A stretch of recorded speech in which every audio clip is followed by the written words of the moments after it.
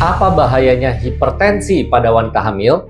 Yuk, 1 menit belajar hipertensi bersama saya Dr. Rinaldo, spesialis penyakit dalam.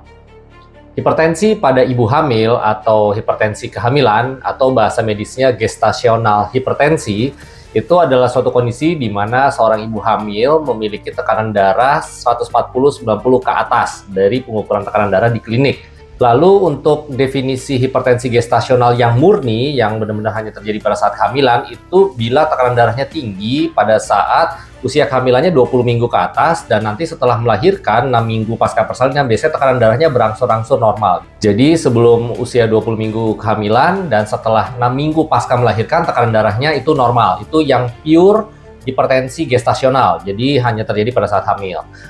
Komplikasi hipertensi dalam kehamilan ini paling sering menyebabkan yang namanya preeklamsia atau keracunan kehamilan bahasa awamnya.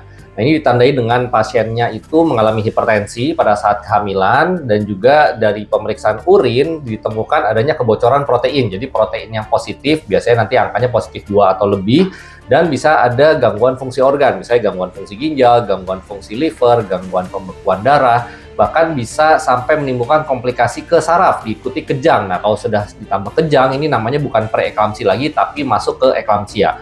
Kondisi preeklamsi dan eklamsia ini membahayakan ya, baik untuk janin dan juga untuk ibu yang sedang mengandung. Dan satu-satunya cara untuk menghentikan proses preeklamsi dan eklamsia ini adalah melahirkan bayi dan juga plasenta yang terkadang menjadi sumber permasalahan dari preeklamsi dan eklamsianya ini.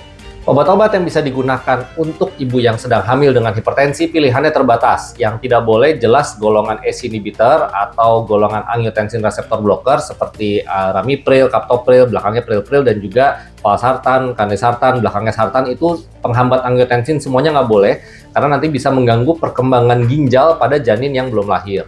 Sehingga yang disarankan yang aman ya dari penelitian untuk ibu hamil biasanya dari golongan kalsium channel blocker yang sudah banyak data keamanannya, itu golongan nifedipine dan juga golongan metildopa. Sebenarnya ada golongan beta blocker, labetalol, itu juga cukup aman, tapi saat ini baru masuk sediaan intravenanya saja dan biasanya kita pakai untuk kategori hipertensi darurat atau hipertensi yang sangat berat pada ibu hamil. Misalnya tekanan darah ibu hamilnya 170 atau 180 ke atas, baru kita gunakan si labetalol yang intravena ini. Strategi lainnya untuk menata laksana hipertensi kehamilan ini tentu saja si ibu hamil harus tetap menerapkan pola hidup sehat, istirahat yang cukup, hindari konsumsi garam berlebihan, dan mengontrol laju penambahan berat badan jangan sampai berlebihan selama sedang hamil.